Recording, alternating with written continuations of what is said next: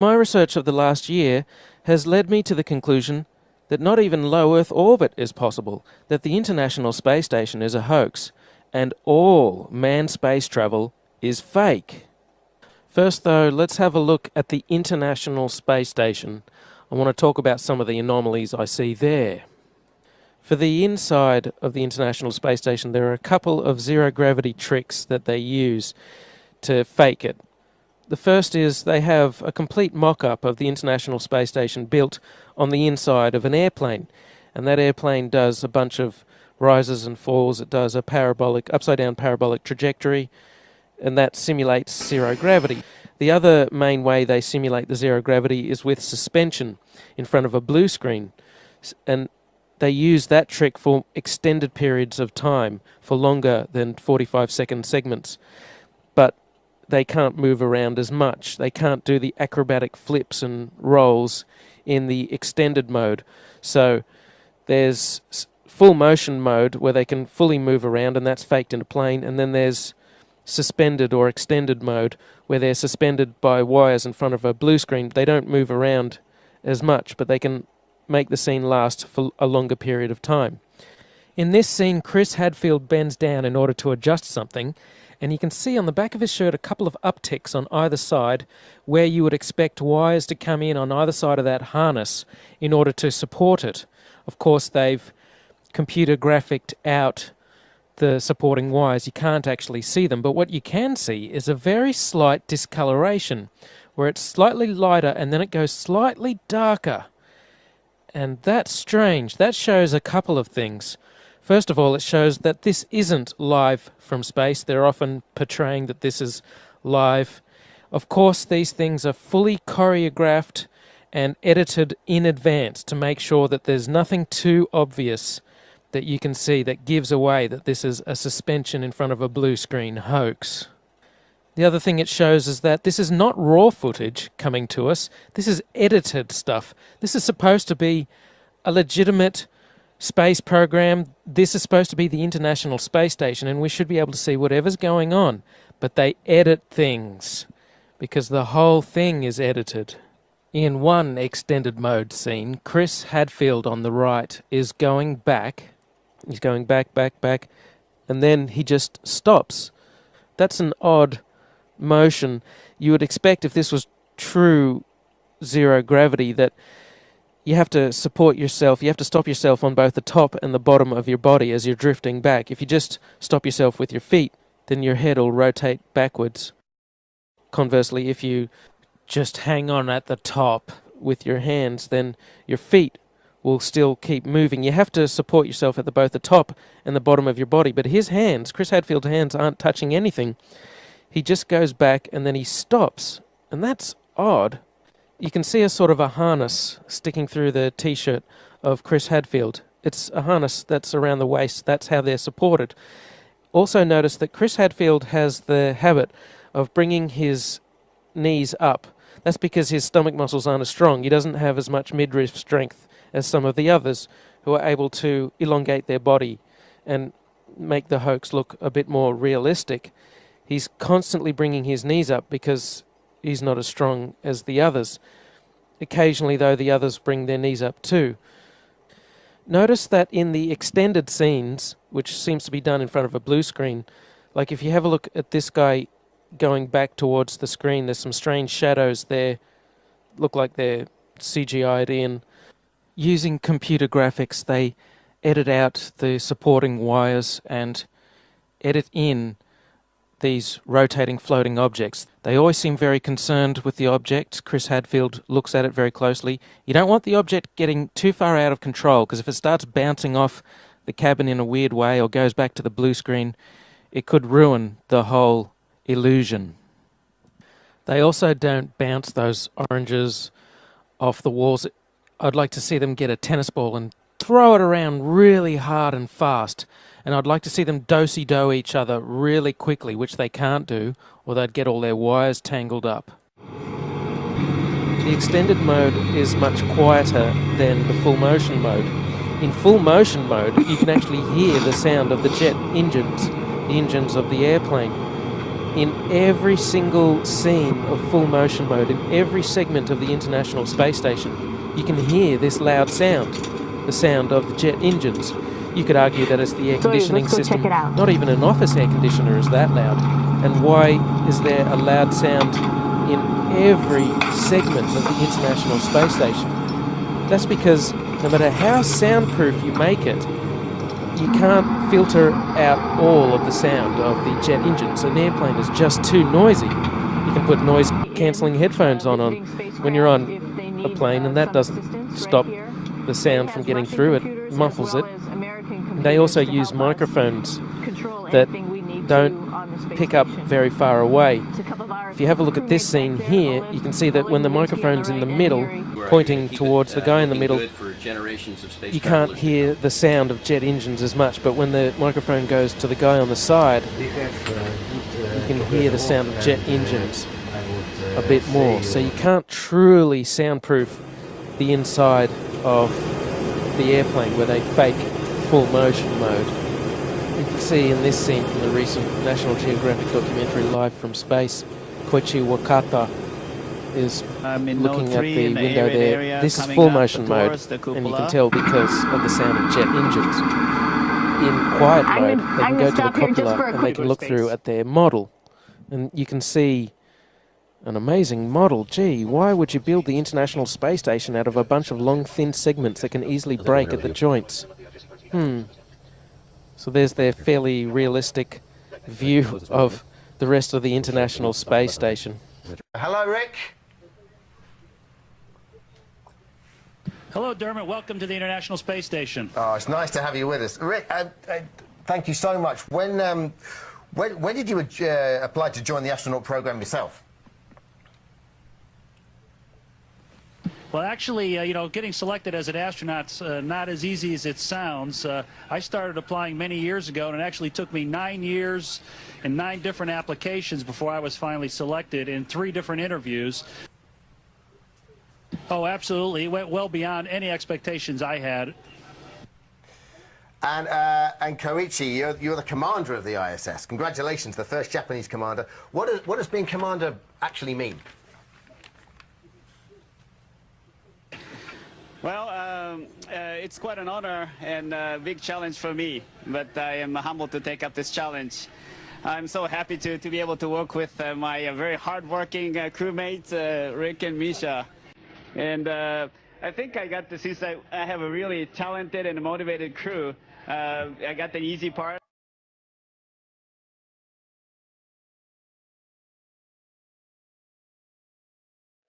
Just to make sure that they're eating fine and sleeping fine and just having fun up here. And I need to make sure that we have good communication with the flight control team. It's a wonderful team all over the world.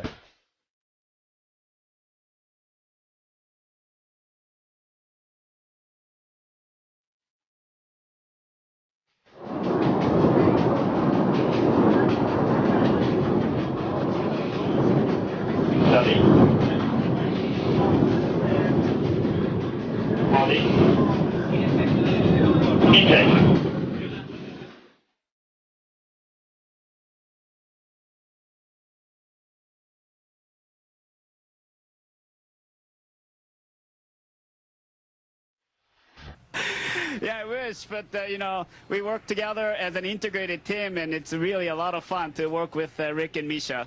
And what's the reaction been like in Japan? Actually, they really liked watching the change of command ceremony last Sunday, and I had a lot of feedback, and like to many international partners of the International Space Station program, to Japan it means a lot to have its own representative, to have a chance to command the International Space Station.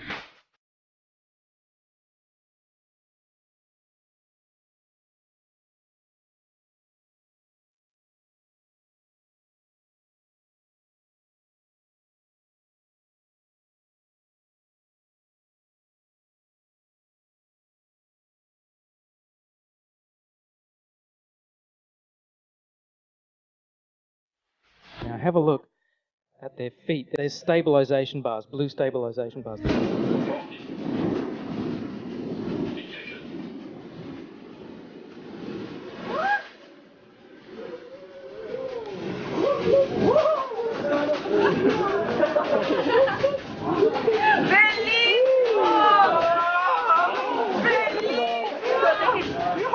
to balance the rotation. As he moves away from there, he moves forward. And once again, he hangs on to the bar on the side with his left hand to stabilise himself.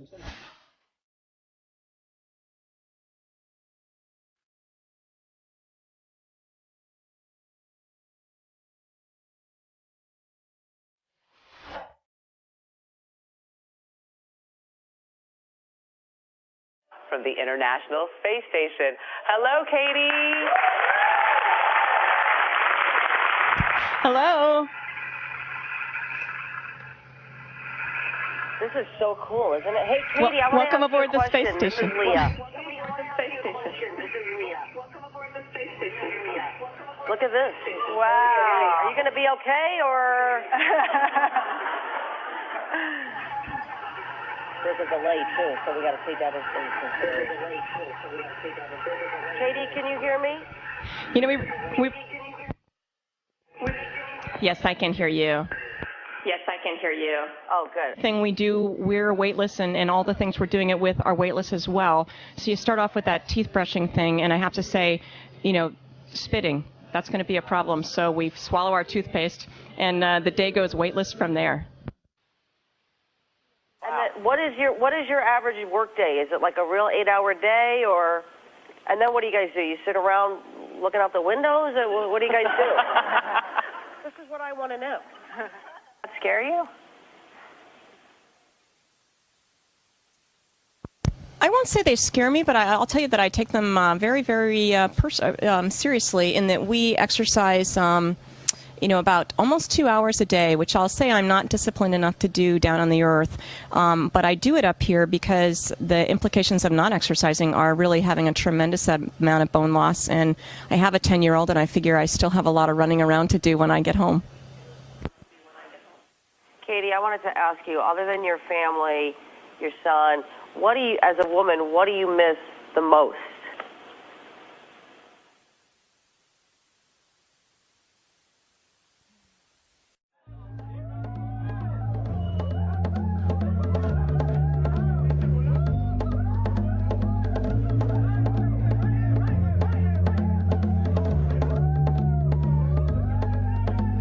Jelly beans, but then how to eat these in space, this is truly challenging, because as soon as I open this bag, all of these are going to want to come out. And so I'm going to have just a couple come out.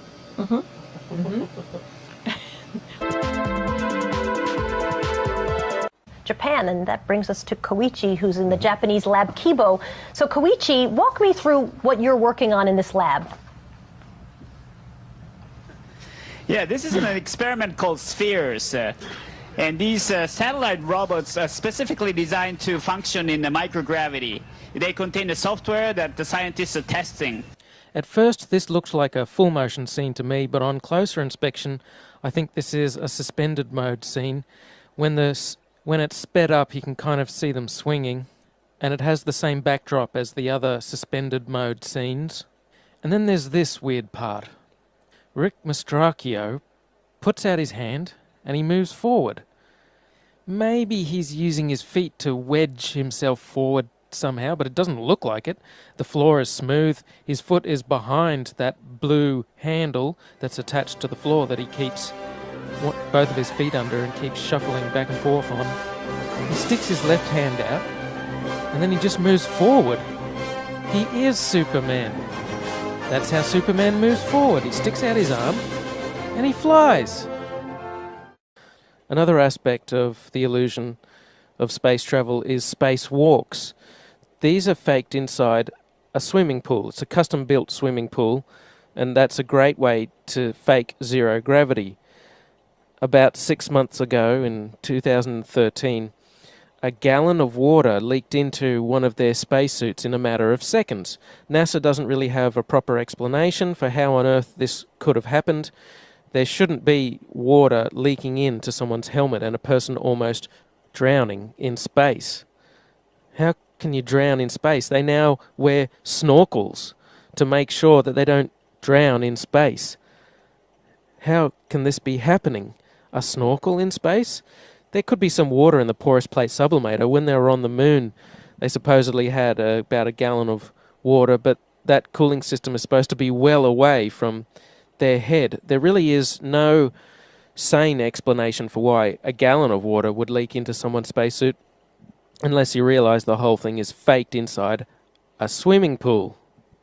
In this scene, you can see the Chinese spacewalk, and you can see a bubble coming up from the guy's suit. How do you have a bubble in space? Space is supposed to be a vacuum, not a swimming pool. But it's obviously just a swimming pool filled with water. Obviously, there would be some equipment that they could only fix from the outside, but a lot of these spacewalks, it seems like equipment they easily could have configured to be accessible from the inside of the International Space Station. It seems more like an excuse to get out and show their other space trick, which is the faking of spacewalks in a swimming pool. In this vid, you catch a glimpse of someone wearing a scuba tank. Scuba tanks in space? Snorkels and scuba tanks in space?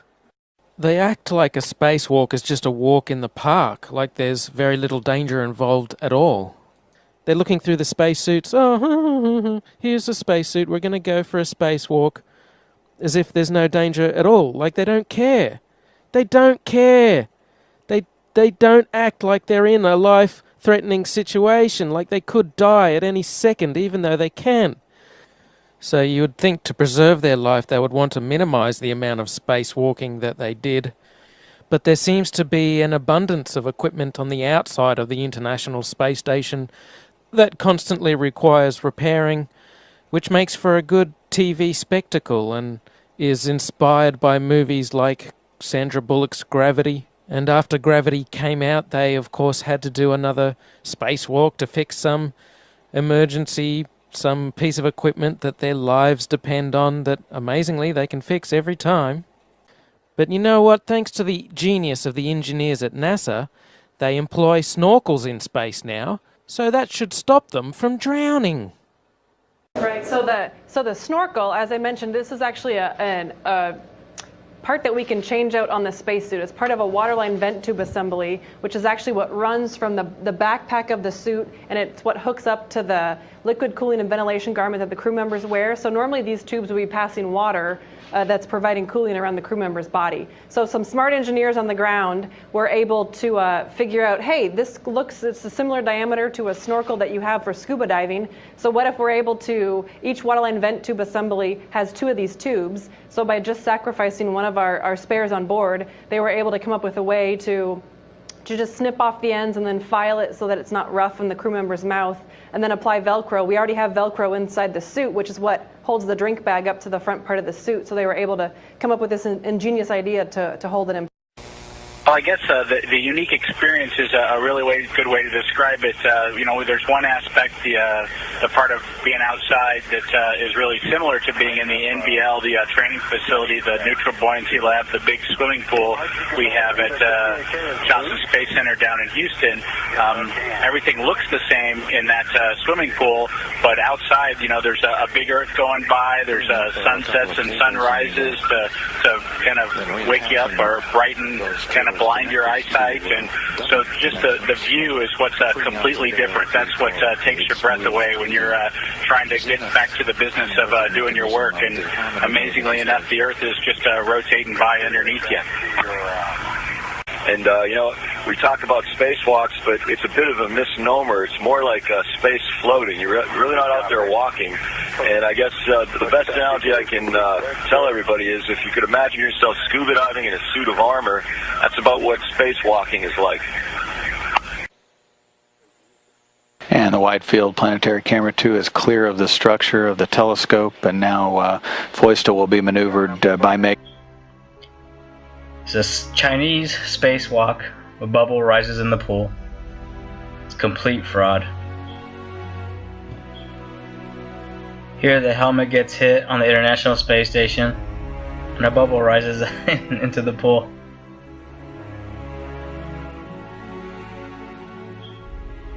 This spacewalk from NASA isn't even a month old yet, and here's a bubble taking an odd trajectory because it's in a water pool. It even curves because the water is it's not motionless, it's moving.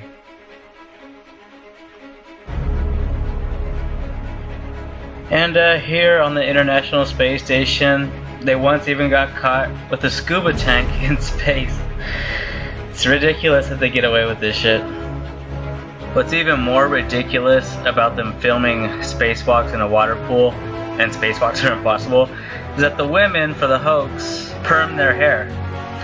Here she's in front of a blue screen, and the background is not moving, the cable is completely still, and in real life there would be airflow in the space station, the space station would be making adjustments that would not stay fixated. It's just a screenshot, and they just put it in the background. It's blue screen.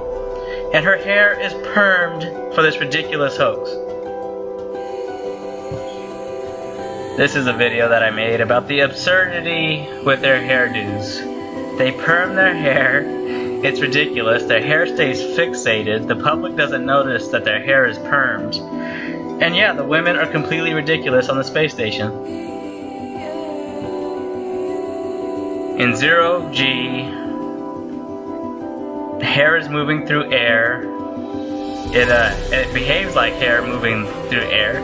It does not stay fixated into position. And yet, when you watch them on the International Space Station and you look at their hair, it always stays in a particular position relative to their head, and it doesn't flop around naturally like it's supposed to. And here is Perm Lady Head. I mean, look at her. She looks like Medusa. She looks like she has fixated snakes coming out of her head. It's permed like that. Here and be pretty relaxed. Everybody has a hand. Here's another idiot. Her hair is completely fixated. It's a perm. It always springs back into that particular position. It's ludicrous. I mean, look at this idiot. She must be a Freemason or something. Because sometimes that's who they get to do these hoaxes. They're sworn to secrecy, and they're fucking pieces of shit.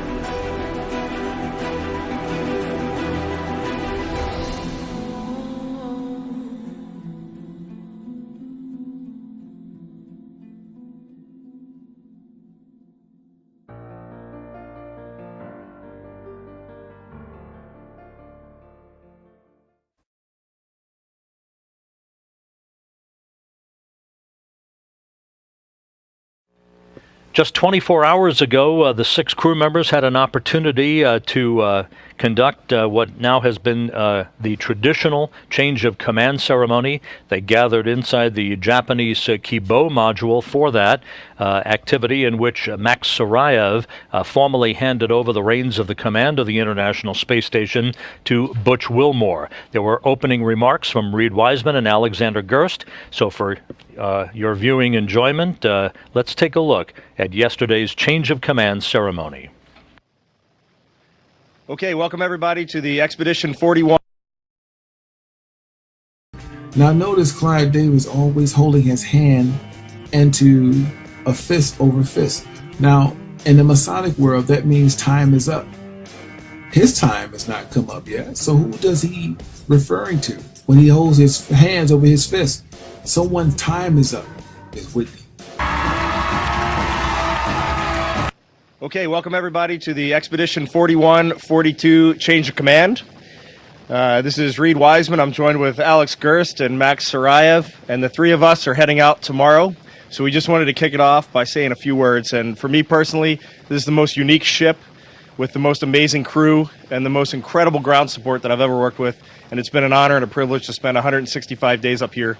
And with that said, I'm looking forward to heading home tomorrow with these two. And I'll hand it over to my German colleague, Dr. Alex Gerst. Yeah, they say this is the most complex machine that humanity has ever built. Now, even after half a year on board, event of this, and let me introduce a new commander of International Space Station, Captain Wilmer Butch.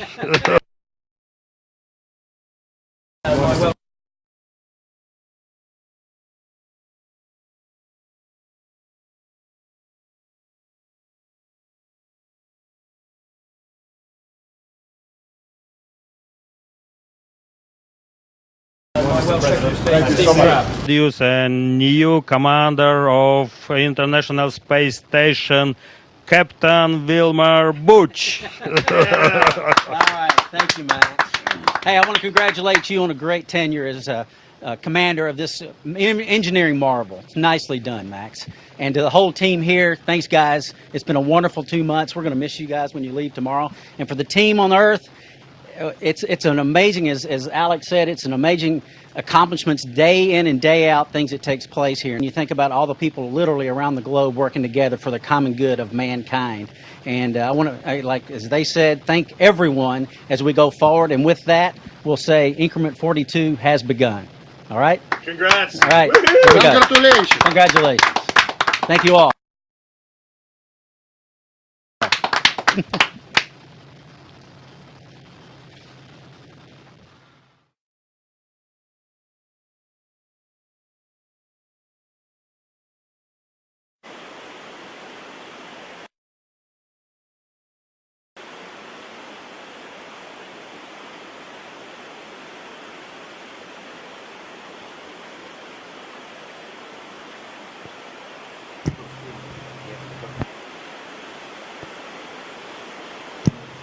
Houston and Moscow. The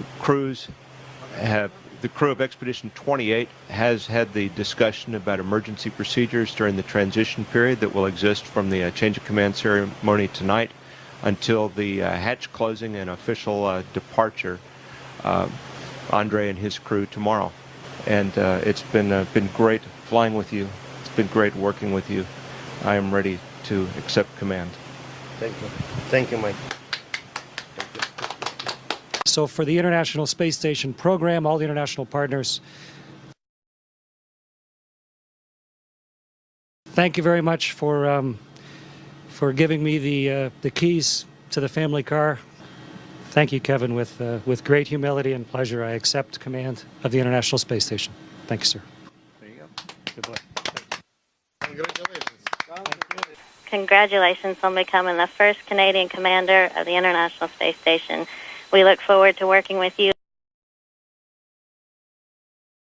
as you take command and you lead the crew through increment 35. Welcome to the end of increment 40. We've accomplished a lot. We've had a lot of fun. Hopefully everybody else had a lot of fun too. This was a team effort. We got together. We did it as a team. And of course, we actually had the easy part. You guys on the ground had the most difficult part. And it's come to an end. And so I'd like to hand over the command of the International Space Station to Maxim Sarayev.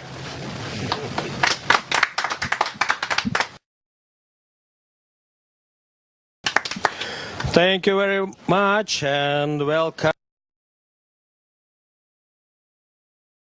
to increment 41. Houston and Moskva and all of the control centers around the world. From the crew here on board the International Space Station, after having served through Expedition 35, it is time to hand over the command of the spaceship to the Expedition 36 crew. So from this young Canadian kid's dreams to be realized to command a spaceship, on behalf of everybody at the Canadian Space Agency and the International Space Station program that trusted us to do our job right. Para. And so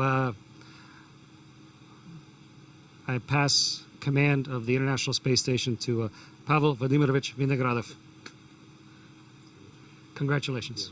Наступил тот момент, когда мы The moment has come прощаться с that we need to say goodbye великолепным домом, to our wonderful home, прекрасной станцией, this beautiful station больше 5 месяцев. where we spent over 5 months. Я хочу сказать руководству And I would like to transfer the command космическому of this beautiful home, моему другу, my space home, to my friend, the new space station commander, Fyodor Yurchikhin. Thank you very much, Pavel. Спасибо, дружище. Thank you, my great friend. Expedition 38. Рик Мастракио, Коичи Ваката, Майкл Тюрин, Michael Hopkins, Sergei Rязанский, and Expedition 38 Commander Oleg Kotov. Welcome on board. Okay, hello everyone on the ground. So again, I'm really glad to pick up the station from my first commander, Fyodor Yurchikhin, and from his excellent crew. Thank you. ИЦУП Москвы официально MCC Moscow. принимаю командование 38. I am taking over the command of Expedition 38. Welcome on board. Welcome Increment 38, and good luck to us in our work. It's a great joy for me to be here with you today. For me, it has been a privilege and an honor to serve as commander of the space station and to work with such a gifted crew as well as such dedicated ground support staff at all of the Mission Control Center. So, Gennady, it's your time to be commander. That's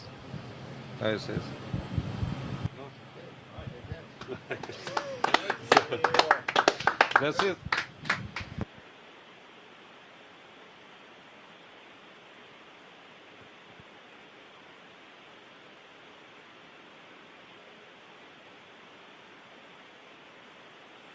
Well done, Expedition 31, and congratulations, Expedition 32. It's a pleasure to work with all of you, and we look forward to many days and hours working with you, Expedition 32, and looking forward to congratulating our friends back down on the ground, Expedition 31. Lots of things could go wrong. They're on the edge of death every second, yet they act like giddy children with gay abandon. Another curious thing is, take this piece of exercise equipment. They've deliberately detached it from the wall so that it's not directly attached to the side of the International Space Station, so that when they exercise, when they do their movements, the movements don't translate to the station and don't move the station around. That's a wonderful concept. I like that idea. You wouldn't want the station to be moving around a lot. The problem is, this piece of equipment is the only thing that they isolate from the International Space Station. Every other movement is translated to the station. They don't care. They don't bother to isolate the station from the people moving around inside. They grab these blue handles, which are all over the station. They often have to stabilize themselves on these blue handles. There seems to be so much motion in the International Space Station. If you take Chris Hadfield, he's moving through the station at breakneck speed, and then he stops himself on the wall. That motion is going to be translated to the station. The station is very big, it weighs many tons, but in space there's really nothing to stop these motions from moving the position or the orientation of the space station. The International Space Station uses several large gyroscopes for attitude control to maintain its proper orientation and so on. And there's a reaction control system consisting of rockets as backup, supposedly. We can only presume that the rocket-based reaction control system isn't employed very often, as they don't talk about it, given that there are so many people inside moving around, moving gear around all the time. And every time the solar panels were moved, every time the Soyuz docked with it, there would be motions impinging on the station, and this would move the station. So what you'd need is a system of rockets on the outside burning fuel in order to stop the International Space Station from misaligning, from moving out of place. When it comes to satellites and things in orbit, you don't want them moving around a lot. The International Space Station changes in altitude somewhat, supposedly. It goes up and down. They supposedly bring up 3 tons of water every year. That's hard to believe, but let's take that at face value. But they never talk about huge amounts of rocket fuel. But even without the rockets, all of these motions of the astronauts and the solar panels moving around would put tremendous strains on the joints, and they're not flexible joints. Having a huge airproof flexible joint of that size would be an incredible engineering feat. They don't have them anyway. There's not supposed to be any relative motion between sections. The International Space Station was made piecemeal. They started off with one section and then they added another section. It consists of a bunch of tubular sections which are joined together. It's an ad hoc design. Here are a few scenes from the tour of the International Space Station that they take you on. And I noticed that there's no airlock between sections. This means if there's an air leak in one section, they will be affected in all sections. They're quite likely to all die. You could wear the spacesuit. That would work for a few hours until you had to eat, and then you'd have to take the spacesuit off and you'd be exposed to the vacuum of space and you'd be dead. The porous plate sublimator only lasts for a few hours anyway. Sometimes they're tethered. Do they have tether points on the inside of the International Space Station? Not likely.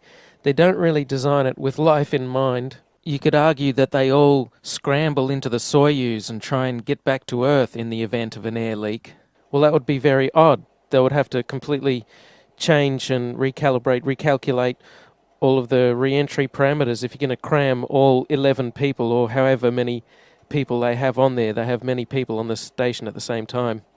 You also couldn't cram that many people, all 10 or 11 of them, into the one Soyuz at the same time.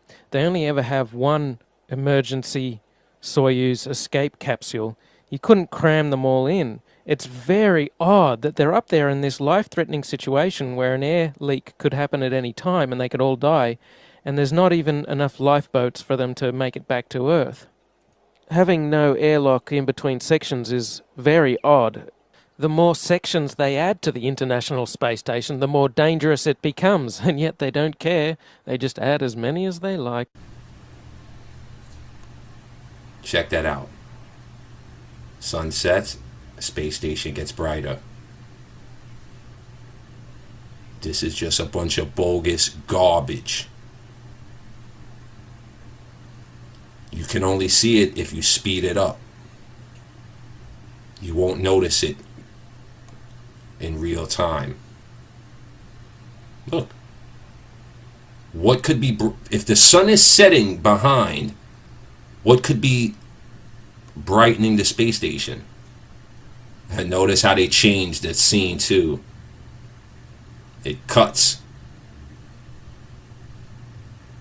That's because this is bogus garbage. How is the space station, supposed space station, visible after the sun has set behind a supposed round Earth horizon? How? Look at that. Sun sets, space station gets brighter. But notice the sun has been disappearing, supposedly. But yet you can still see this. What's shining from here to reflect light off? The supposed sun. You cannot see the sun from free space. You need the Earth's atmosphere to see the sun and the stars. How they are able to see this is beyond me. The sun is setting. Watch this here, how it gets dark.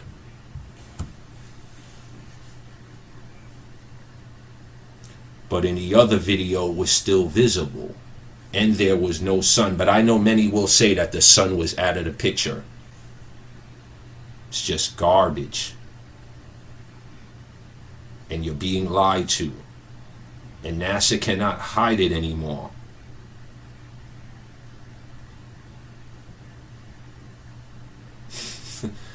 Look how fake this is.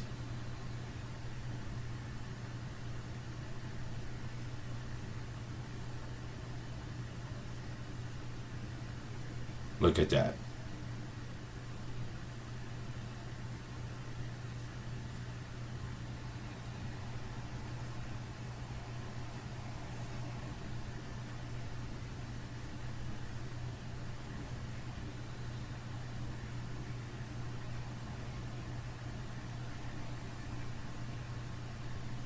Well, you would figure in their lie they got it right here.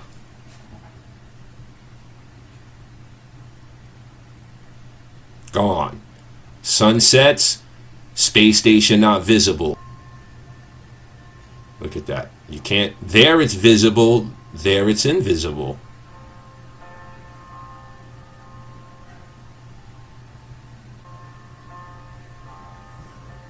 Yeah, I know. It's at an angle. That's what all the naysayers are going to say. Wake up, people. Wake up. Another curious aspect is how they deal with water. There's no proper shower, so they must be incredibly uncomfortable and stinky the whole time, yet they have huge smiles plastered on their face. They can't have a proper shower. Nevertheless, they must use some water in order to clean themselves, in order to clean their hair. What do they do with this water? Supposedly they have suction for when they urinate, but aside from that, there are no special vacuum sinks. In other words, there's water floating around all over the International Space Station. Now, none of the surfaces are waterproof.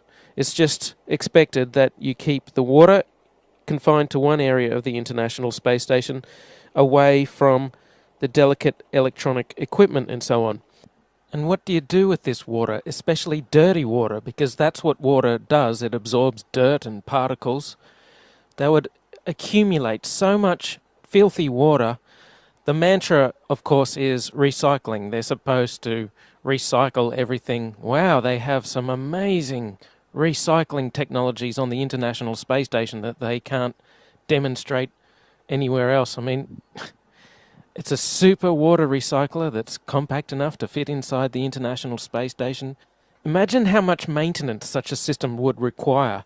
You'd have to bring up so many filters and chemicals, and things would be breaking down and you'd have to repair it, but you don't have the tools to do it. So there's another curious, strange aspect of the International Space Station which endangers their lives and could kill them. But they don't care. They always have huge smiles on their face, like they're having a really good time, even though they could die at any second. Another curious aspect is that humans emit dust with time. Their skin dies and drops off. That's what makes for most dust inside a person's house. There'd be so much dust building up on the International Space Station, and yet you never see them go around with a dust buster, with a small vacuum cleaner sucking things up. What do they do with the dust? Well, supposedly there's a trash disposal thing in the form of a re-entry vehicle which strangely burns up on re-entry, even though the ones with humans inside supposedly survive re-entry. That's a very curious contradiction, but they have a trash disposal capsule that they put their trash into, but they never talk about the dust. They never talk about the solid waste from the supposed space-age sewage system that they have. That's another strange thing, is supposedly they have a sewage system. I don't know how they cram it into the International Space Station. Perhaps it's in the walls of the station, but they never talk about the smell. It'd be impossible to avoid the smell of a sewage system in the walls of the International Space Station because they're trapped inside this tin can. It's completely sealed from the vacuum of space. You could have any number of super filters and try and get rid of the smell. It wouldn't work. They never talk about bringing bacteria up in order to replenish the bacteria that's in the sewage system. They never talk about bringing all of the extra oxygen up that you'd need to let the bacteria process the sewage. In fact, what they must do is simply store their feces in the cupboard. They would have to put on a pair of plastic gloves and grab their feces and put it in the closet. There's no sewage system on there. They can pretend that there's a sewage system. There's no sewage system. So in other words, They're living with their own feces, and the smell must be incredible. Yet they always have huge smiles plastered on their face, like the International Space Station is the best place in the world to be. But it would be awful. What about their laundry? Well, Chris Hadfield admits there's too much water taken for laundry. They don't do laundry. They just throw their clothes in the trash when they're done with them. Laundry piles up. Is there a way to clean clothes in space? No, it takes a lot of water, of course, a washing machine and a dryer. We don't have anything like that. So we just wear our clothes till they wear out, and then you throw them in the trash, and the trash is like a little unmanned resupply ship. And when it gets full of trash, then we close the hatch, and it undocks and backs away and falls down into the atmosphere. So your dirty laundry actually gets incinerated in the atmosphere. And so, wait a minute, you're kidding? You guys on the space station are throwing your underwear out, your dirty underwear out the window, and it's raining down on us?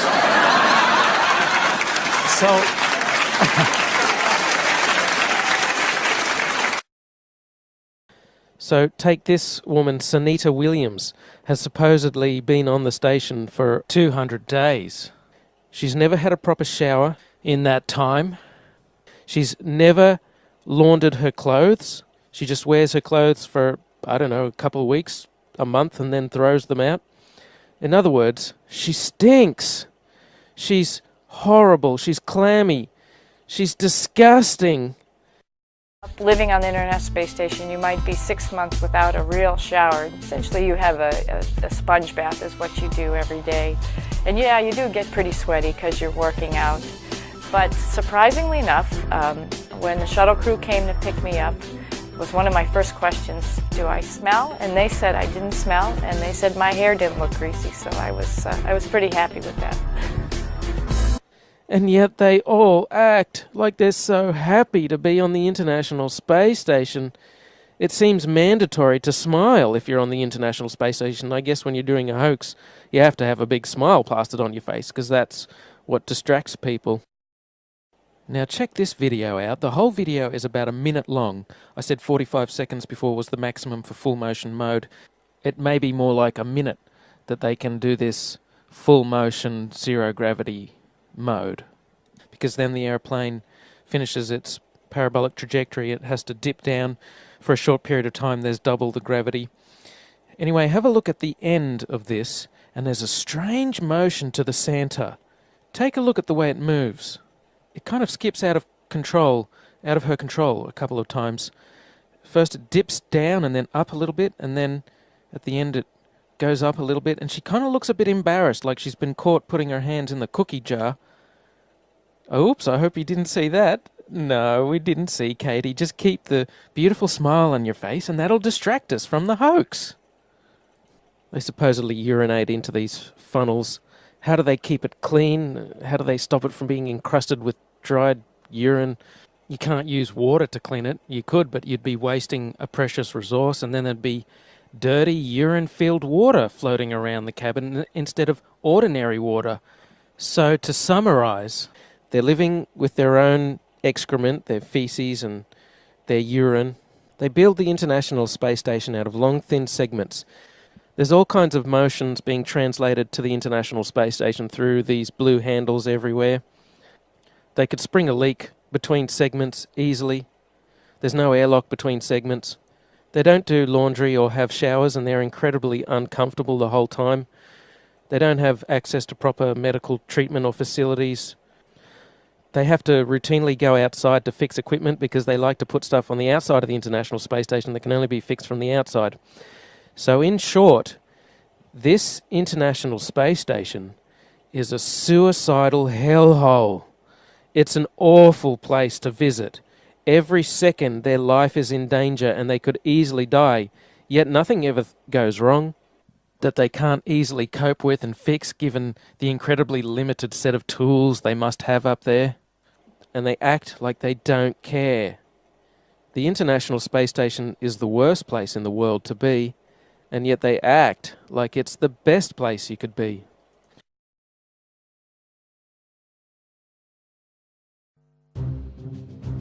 Space, the final frontier.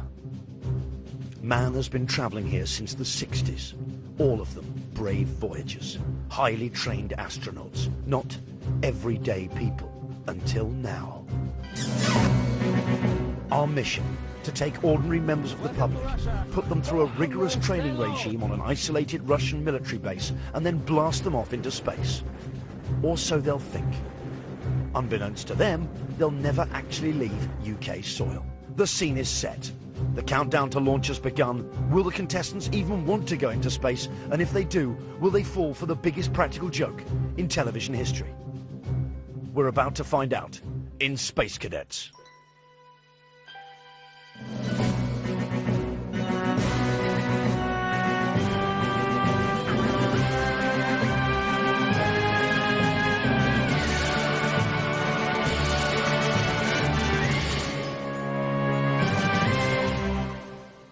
Hello and welcome to Space Cadets.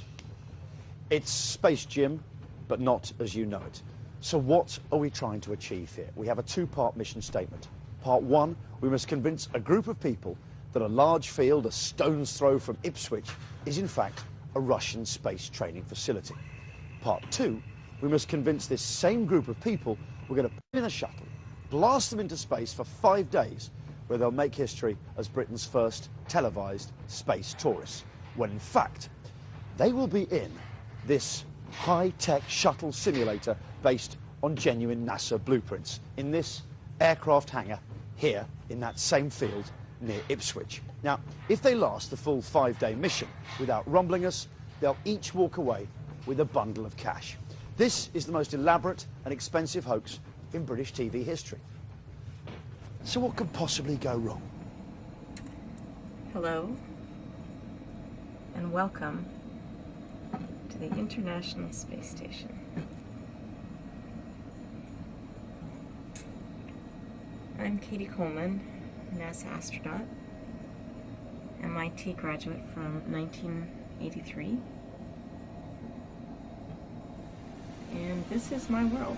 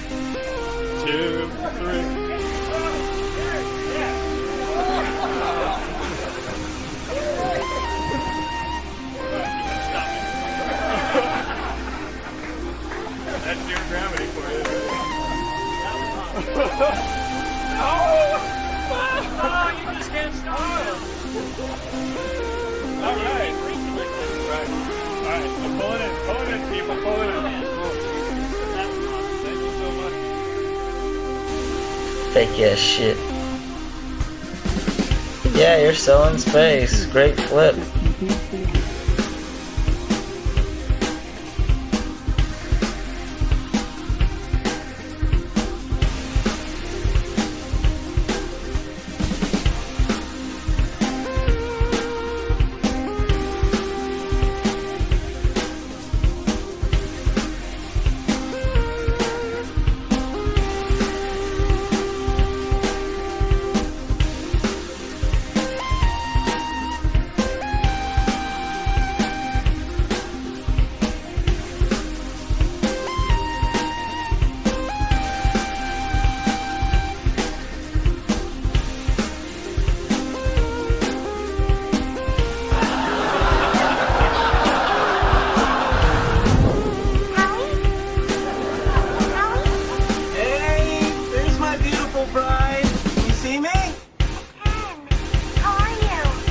Amazing. I mean, this is even better than I dreamed. I look out the window and it's all so unbelievable. Well, when we look out the window, Emerson, the thing that we see and notice the most is planet Earth. Some of our best windows face the Earth, and it's very blue. Hey, look, this pen is floating. How crazy is that?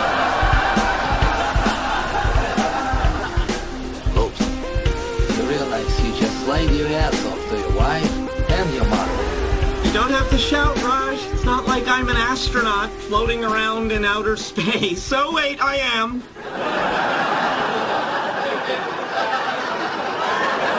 So, is it everything you hoped it would be? It's better. I wake up every morning and I just can't believe I'm on this incredible adventure. Well, most fun is actually waking up every single morning and realizing that I am still here on the space station. I mean, I grew up as a scientist, and then I was really excited about trying to be an astronaut. Became an astronaut, but still, part of you just doesn't believe that you'd really get to live in space. Weightless. Free orbit. Just where are we? You mean this thing is working? We're... No, sir. Not me. Me. Nobody ever told me this was practical. Turn this thing around, you hear? Take me back. I ain't going. That's just to look at. I'm sick. Take one of these pills. It'll settle your stomach.